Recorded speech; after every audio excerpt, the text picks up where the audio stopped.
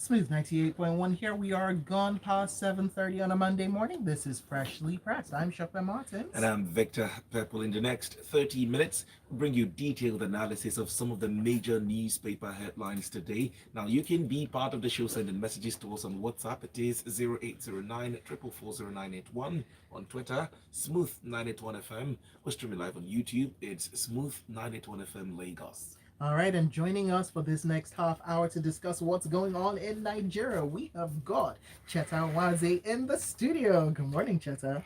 Morning. Great to have you back in the studio in person. It's fun. All right, so association in Oyo State, Comrade.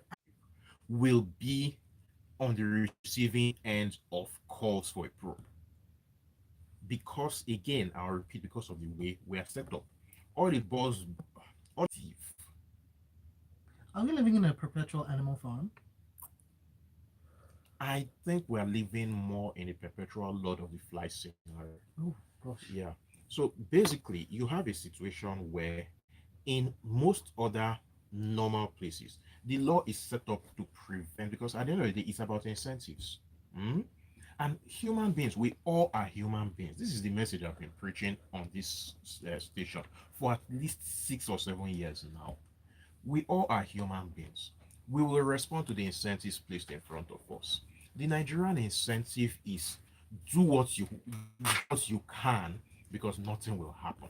So what that means is, if tomorrow I, Chetachuku Wanzi, become the chairman of the Association of Senior Civil Servants of Nigeria, the probability that I will chop the 10 billion that passes through my front is like 90%. I'm not a sense. I'm not going to pretend to be a sense. I once sat in this chair and said that there's a certain amount. I didn't mention the amount that they will give me, and I will tell all of you bye bye, and I'll be sipping pina colada on the beach in Bahamas somewhere. I'm saying it again. It's the incentives that we give people that people respond to. That is the tragedy of Nigeria. We don't put the right incentives, and then when people behave like human beings, we start wondering what has gone wrong. Let's take it to the Nation newspaper this morning. Obasanjo, I have no preferred candidate but national agenda. Now, the former president said yesterday he had no special candidate for next year's presidential election.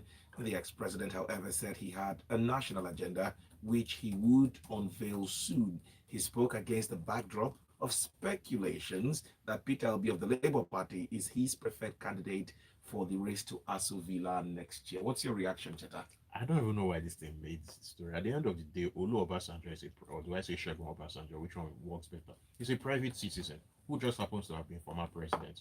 That doesn't control any of the party structures in any party. That's just a fact. He does have an outsized influence outside of the country because of the fact that he happens to be the best president we've ever had. But that's it. He doesn't control anything really. And let's don't please. Mr. Shegun Obasanjo does not has personal animosity towards Atiku Abubakar. He has personal animosity towards Bola Tinubu. His preferred candidate is Peter Obi. That's not Let's not. what he said. So let's go by what he has said. He says it's national agenda If other than a Pinocchio were preferred true, if candidate. Pinocchio were true, and Shegun Obasanjo was sitting here, his nose would have stabbed you. Now, if you also, So Wow.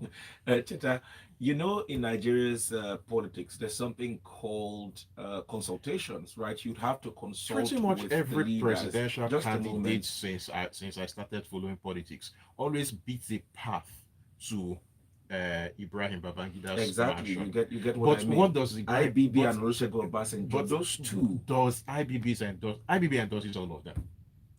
Doesn't he? Does it translate to anything at the poll? I mean, probably the only candidate that Well, is didn't this like Donald Trump's that didn't Eric? beat That's for a. Eric. So this is not a. It's not a Donald Trump count, because Donald Trump's influence is clear. 85% of the people that Donald Trump has endorsed thus far have made it. You see, that's the difference.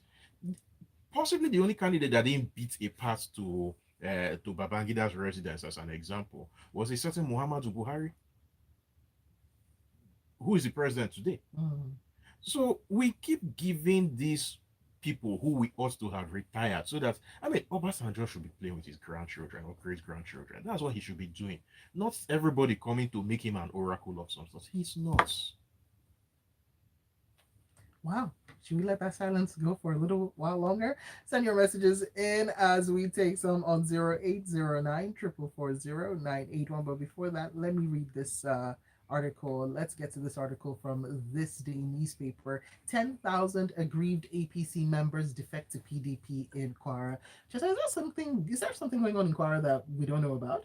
Yes, there is, but it's good to contrast this to the story that we just talked about. Are you going to see 10,000 aggrieved former APC or former PDP members moving from in OTA, moving from APC or PDP to Labour Party because of Shegun Obasanjo? It's not going to happen. But you can see 10,000 aggrieved APC members, and we should ask why they are aggrieved. Money no reach their hands, but that's another matter. 10,000 aggrieved APC members moving back to PDP in Kwara. So it brings into sharp contrast where I think the country should go. Okay, which is? Saraki, I will get there.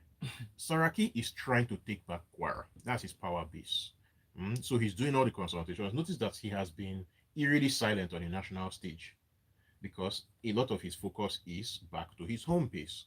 And it all boils down to me the direction the country has to go vis-a-vis where the country currently is. We are in a stage of the democratic evolution that I'll call Tamani Hall politics kind, which is we really don't have one man, one vote in this country. We have power blocks. Saraki is one of them. Well, Saraki is one of those kind of power blocks where if Saraki says these 10,000 people that's defected should vote in a particular direction, they will not think about whether the candidates are the best or Oga has said so. This is where we will vote. So we are in the Tamani Hall stage, which is somewhere in the if we want to use we love to compare ourselves to the US. So we want to use the US as the benchmark. Tamani Hall was formed in 1839. So we are somewhere in the 1850s. That's where we are, politically speaking. We need to start asking ourselves, how do we move from Tamani Hall to pork barrel politics, which is essentially a situation where this Saraki, who is a power block, will try to attract funding to Kwara for the good of Kwara, not funding for his personal whatever. That's the evolution that we should be talking about. I don't know if I'm making any sense. Let's keep it going now to the Punch newspaper. Internal wranglings in the PDP. PDP NWC divided over RU. Chairman's fate uncertain. Now the National Working Committee of the People's Democratic Party is presently divided over the demand by the Rivers State Governor Yesem Wike that the national chairman of the PDP, Yochia Ayu, must resign before he would agree to reconcile with the PDP presidential candidate Atiku Abubakar. You see, this is part of, again, it's the same whole Tamani Hall thing. All of this is about personal interest. I wish Mr. C wasn't stuck in traffic in wherever he's stuck and would have brought up the point that he was trying to make on Friday, which is that Ayu promised to resign if a northern a northern candidate emerged as a candidate of PDP. And what I wanted to answer before Shopeso lovingly shuts the microphone off is the fact that when do Nigerians ever make good on promises of resignation? We have to, so in some of these things, we have to accept what we are, not what we would like ourselves to be. So with that in mind, let's look at it from a very, very whatever perspective you want to call it. The word skips me. Atiku is in a violence here. Ayu is his guy. And he cannot be publicly seen to be stabbing his guy in the back and buying to Wiki. Because such things don't help with loyalty heading into a general election. But at the end of the day, a significant chunk of the southern PDP governors are clearly standing with Wiki because they feel betrayed because of the whole Asaba declaration thing from sometime in 2021, when they talked about the fact that it must be a southern on the PDP tickets. Or that in short, they didn't say it must that they said it must be a southerner to succeed Buhari. So there's that feeling of betrayal which Wike is tapping into, which is why you see Ikpeazu, Makinde, Buruburu basically in the same camp as Wike in this matter. And governors are very important in the context of Nigerian politics because they can move again. Bear in mind the whole Tamani Hall Allegra was making. They can move significant voting blocks. So Atiku has to find a way to make these guys happy, because the worst thing that will happen to him is that these guys will simply not do anything. I don't see Wike openly working for the APC, but raising his hands and not doing anything on election day or before election day is also tantamount to working for the APC, because at least it means that the APC will get. Now, let's look at this holistically. The BOT chairman of the PDP, Walid Jibrin, is from Nasarawa State in the north central part of this country. Just a moment, Cheta. And Ayu is from Benue in the North central part of the country. Mhm. Now, the presidential candidate of the PDP, Is Alhaji, northeast. is from the northeast, Adamawa Mhm. State.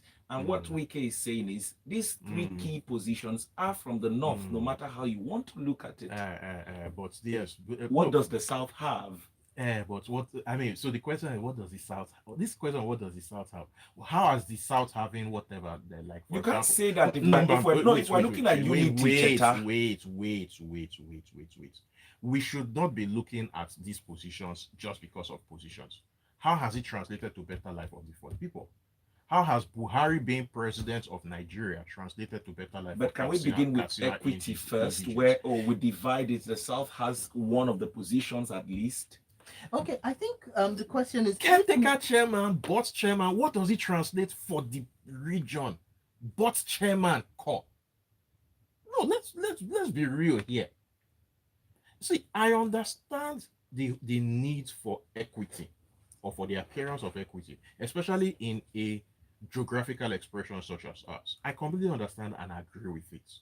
But the point I'm making is that this particular quarrel now for positions that mean nothing is, yes, these positions mean nothing in the grand scheme of This is the things. first time the PDP will field a presidential candidate and national chairman from the same region. This is the first time. And so the question, you have not been able to answer, what does it matter in the grand scheme of things for Nigerians? What does it matter for you? For party members, I'm not a party member. I'm not a member of the PDP. Let's assume that you're a PDP member. I'm not a member. Let's not assume I'm not a member of the PDP. Your brother that's a member of PDP, what does it do for him? Wike? I think the question also that Pepple in his beautiful corner is might want to ask is, okay, so if we can't even be seen to have the semblance of the perfect perception of equity, what does that mean just for the wider populace? Cheta, take a breath. Don't explode. Nothing. Really? It means nothing.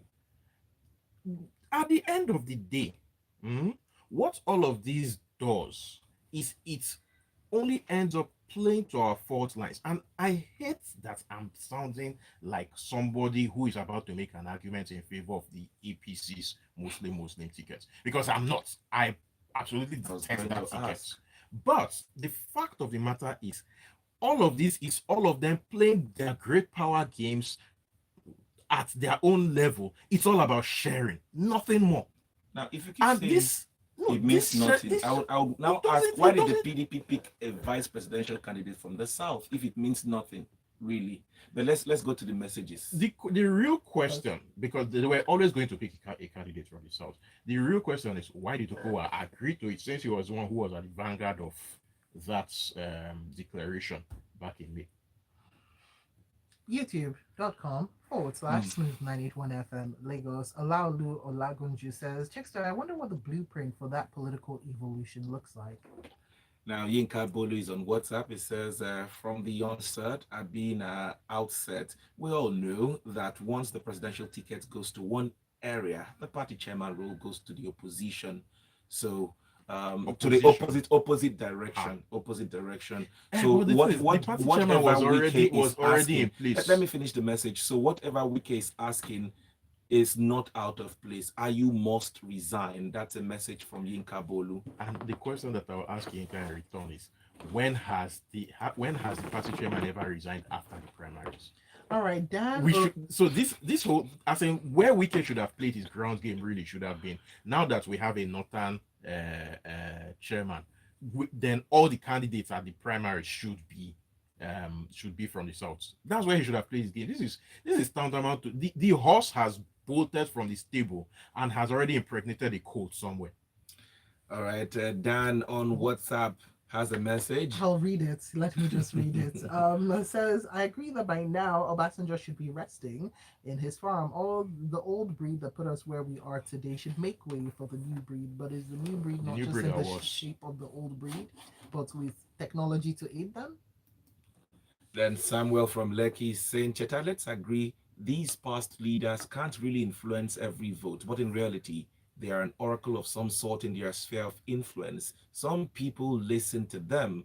OBJ has influence over people and he earned it. But yes, you and I might not be influenced by his choice. We'll take this one from Nero Chelo, who says, when the institution is weak, evil people will thrive. I feel that Obasanjo is rising up because of a fear of a certain candidate. Yes, he is just one person, put in quotation marks, but he knows, sees, and hears more than the most of us.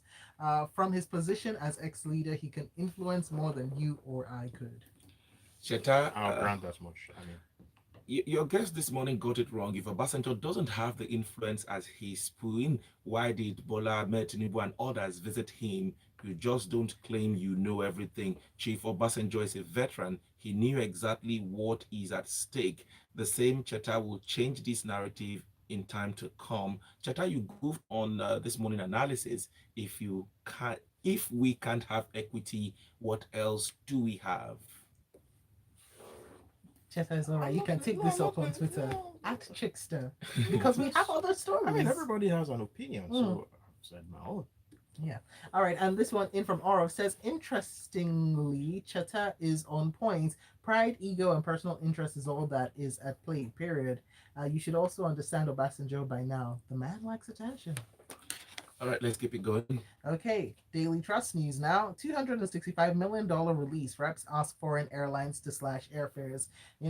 Some money has been released. 265 million of dollars of that money that's being owed to the international foreign airlines. And the chairman of the House of Representatives Committee on Aviation, Representative Nolan Naji, has said that the airline should start lowering the prices because Nigeria has got some of the highest international route fares. Why And are you yawning in response to this, Cheta? Can you have a verbal reaction? so the thing is, no limb nudge is just.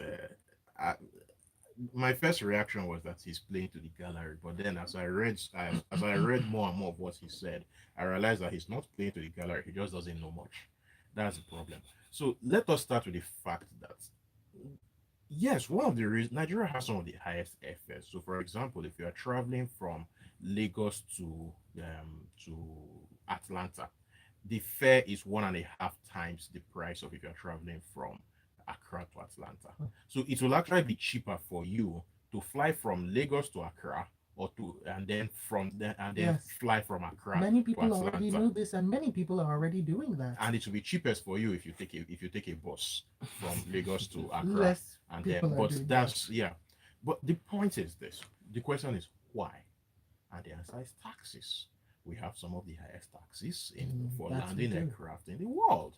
In short, many of the and then there's another problem unavailability or ridiculousness of getting aviation fuel. So many airlines actually land here, just discharge their passengers, and then go to Lome or Accra to rest before they come back because of the parking charges.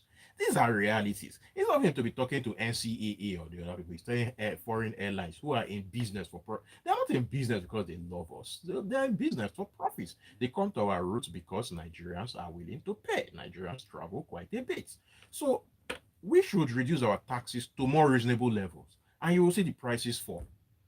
But again, this whole drama around foreign airlines, where you had a situation where Emirates and then British Airways essentially held our elite by their balls before everybody could say, before people could release the money, it shows again the priority of our elite. And I have The to moment ask, the ability for them to travel was threatened, everybody started running around, and Emefiele and his crew brought out the money. if even these airlines are having to go to these last resort measures of, okay, we won't fly anymore. Where has all the nuance in negotiation gone? It's because the Nigerian government was basically behaving like a thickhead. It's a simple it's a simple thing of we have an unrealistic foreign exchange regimen. The price of the naira is not the price the the price of the naira is not appropriately priced. It's not priced by the market. Mm. We are holding the naira at, I think it's 419 to the dollar in official terms. Tell the foreign airlines we will settle you at that official rate. But then the reality is that the real value of the naira has run away. And we are not getting, look at the GDP reports that was just released on Friday. Nigeria is managing to produce 1.43 million barrels of oil per day. Of that, a good percentage of that is stolen. We all saw the case of the super tanker that was in Nigerian waters for a while, loading more than twice our daily production, and then this. So We were told the official response was that it was empty. They noticed that it was, and it fled. I'm just telling you what the official response was. I have a strawberry in winter to sell you. Anyway, the point of all of that is that we cannot control the price of dollar. We should let it go, so that we will be able to settle all of these things and know where we really are in terms of the poverty Olympics. Well, of the presidential candidates that have been making their cases, it's Atiku that actually brought this up at the NBA conference last week. So that was an interesting one to see him say, okay, we need to make sure that we have this, we close the gap or have no gap. There should be no gap. Let's take it to Daily Trust now. Very interesting headline here. Brain drain. Nigeria's doctor-patient ratio now 1 doctor to 5,000 patients. Now, if you look at this, persistent brain drain by doctors is depleting the country's medical care expertise and taking the country further away from the recommended number of doctors per population. I'll just take 2 reactions from the story, then we react. The Minister of Health is saying at the moment, we have heard complaints of doctors who are leaving the system, but there are actually enough doctors in the system in the country because we're producing up to 2,000 or 3,000 doctors every year in the country. And I don't know about ASU strike, but he says the number of doctors leaving are less than 1,000 every year. However, the president of the NMA, Uche, is saying there are only 20,000 to 30,000 medical doctors currently practicing in Nigeria out of 80,000 registered in the country. So I think it's time for me to give an update on. So back in 2017, I sat on this chair and talked about my brother's class. Again, all of my siblings are doctors. I'm the only bad child my father has that refused to read medicine. All of them don't practice in Nigeria. All of them are practicing. All of them. They studied in Nigeria? Yes, they all did their first degree in Nigeria and then they left. In my brother's class, Unibank class of 2006 medicine, I think there were 98 of them that graduated. There's only one of them that's left in Nigeria. Yes. The last time that I talked about it, there were 3 left. And the one who is left in Nigeria is not a doctor. He's a doctor in name, but he's a politician. Oh. Now his day-to-day is politics in Edo State. So when you have these realities, then when people like Osage and Neri are talking, you just wonder what are they on? Can I have some of that? You see, his predecessor as Dr. Isaac, is it Fawole I've forgotten his name, was the one who said, "Oh, my tailor is a doctor, my agriculturist is a doctor, my this. Remember, it was a minister of health that said that. And then the minister of labor, who also happens to be a doctor of the medical persuasion, also said something ridiculous. I've even forgotten what Ngige said. But he said something sorry. So is it a surprise to anybody that we're a developing country and we can't afford to be looking at those UN figures of 1 to 600? I don't remember what he said. He said there were a lot of doctors in the country. If they wanted to, they could. Yes, that was Minister of Labor, who is a doctor, also said that absolute nonsense.